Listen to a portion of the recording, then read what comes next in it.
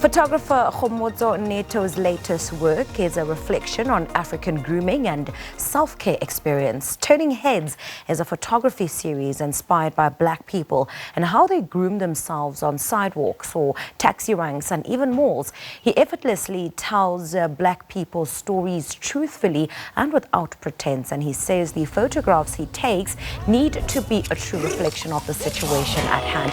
Well, he is here in studio to tell us more about his body of work. Kgomotso, welcome to Morning Live. It's great to have you on the show today. Thank you for having me. Now, your exhibition really focuses on grooming and in particular the African grooming and self-care. Yeah. Why did you decide to bring that into the fore and under the spotlight?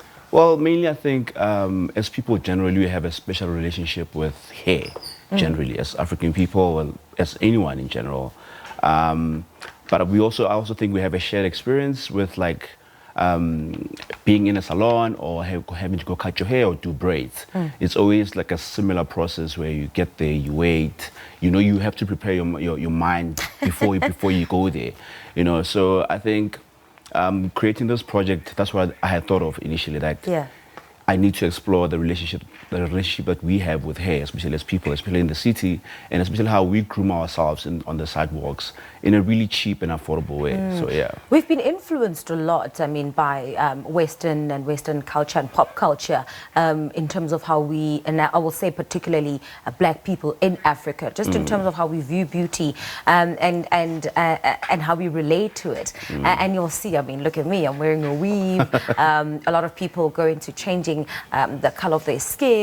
So this idea of African grooming, what for you was it influenced by, and why were you able to see it for just what it is, taking out all of these influences that exist? Where we are now, like you're saying, there's a lot of influences, but I think we're at a time where people have managed to sort of put themselves in different situations.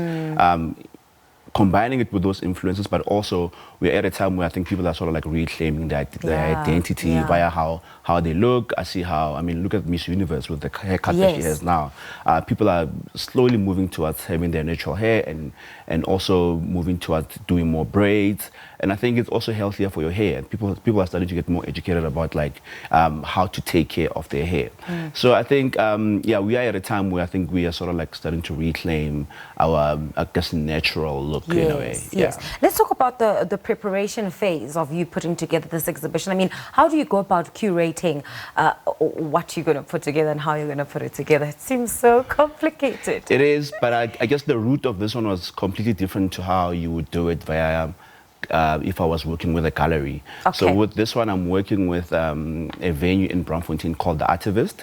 They're a restaurant/gallery, but their model is quite different on how galleries would usually work. So the owners saw the work and they approached me. They're like, yo man, we would really love to have the work up in our space. How do we go about it?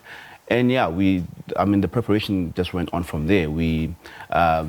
It was sort of almost self-funded with me and them. We created the work and we put it out. I had a launch day, everyone came through and that was it. And also the photographs have a video piece. So it's a multimedia piece. There's the photographs, then there's also the video section of it. I can see the moving pictures here. These works are just so iconic. I look at these pictures and I immediately just identify, it rings true to me as a Black person, especially when you had that picture of the gentleman who's getting a haircut, spirit on the side, and that plastic chair. The smells of spirit, we all know what that is. If you look at the cheese corp, you know what the spirit is an integral part of where you're cutting your hair, clippers, scaro, even sometimes razors. That's it's a very familiar situation to a lot of us. So, You say that you want to represent your work as truthfully and as honestly as possible. Whatever project you take on, you want it to really ring true to what you're trying to say. Why is that important for you, not to misrepresent? It's affirmation. First of all, I need to be affirmed as a person. And also I think it's really important that the image that I have of me and of my surroundings be celebrated in a really in a really truthful way. And I think me as a photographer, it's really important for me to show what I'm seeing in that light. I have a big responsibility to reflect my surroundings in a really good way. So, and I think in the long run, it sort of like has an effect on how people view themselves. Yes. When you see yourself on a higher pedestal, on a higher platform, or on a really, like, in a really truthful way, it sort of like affirms something within you. So I think that's really important for me to create work that's affirming as a black person, especially. Representation. Yes, all the way. You know, I'm about to let you go, but I couldn't help but laugh when I saw that picture of a cream relaxer.